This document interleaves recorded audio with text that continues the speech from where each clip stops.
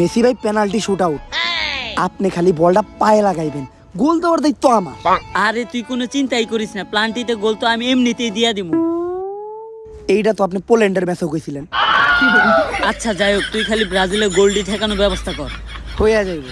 বাবা বাবা, কত সুন্দর দুর্নীতিমুক্ত পরামর্শ করলো মেসি থার্ড আম্পায়ার বিরাট কোহলির সাথে। দেখতে আমাদেরকে, আমরা তো জানি এলিসন বিকার এই ছোটখাটো শট ফিরাই নিব, কারণ তার উপরে আমাদের সবারই পুরো বিশ্বাস আছে। রেফারির বাসির সাথে সাথে মেসির শট, বল একদিকে, গোলকিপার একদিকে, ক্লিয়ার গোল। এলিসন কইরা দিছে, আমাকে সবার বিশ্বাসে না নিয়ে খালি করে, অবশ্য এটা ইচ্ছা করে করে না, ওর চোখে মুখে কান্না দেখে, কিন্তু গেঞ্জি তলে ঠিক। আরে এলিসন গেঞ্জি নামা, সবাই তাই না গেল। এলিসন আর্জেন্টিনা তেল লেগেই তো কই পাঁচ পাখি আজকে কাউ হয়ে গেল কে। বিরাট, এখন খালি ব্রাজিলের গোলটা ঠেকানোর ব্যবস্থা করো। আর একটা গোল আমাকে দিতেই হইব, এমনিতেও ম্যাচ দিতুম কেমনে, যেমনি ওকে বিরাট কোহলি দুর্নীতি করে গোল ফিরে দিব, আর্জেন্টিনারে দিতে দিব। ঠিকই কইছে নেইমার, এই ঝামেলার মূলে হইলো বিরাট কোহলি, যেমনি ও করে ঠেকাইতে হইব।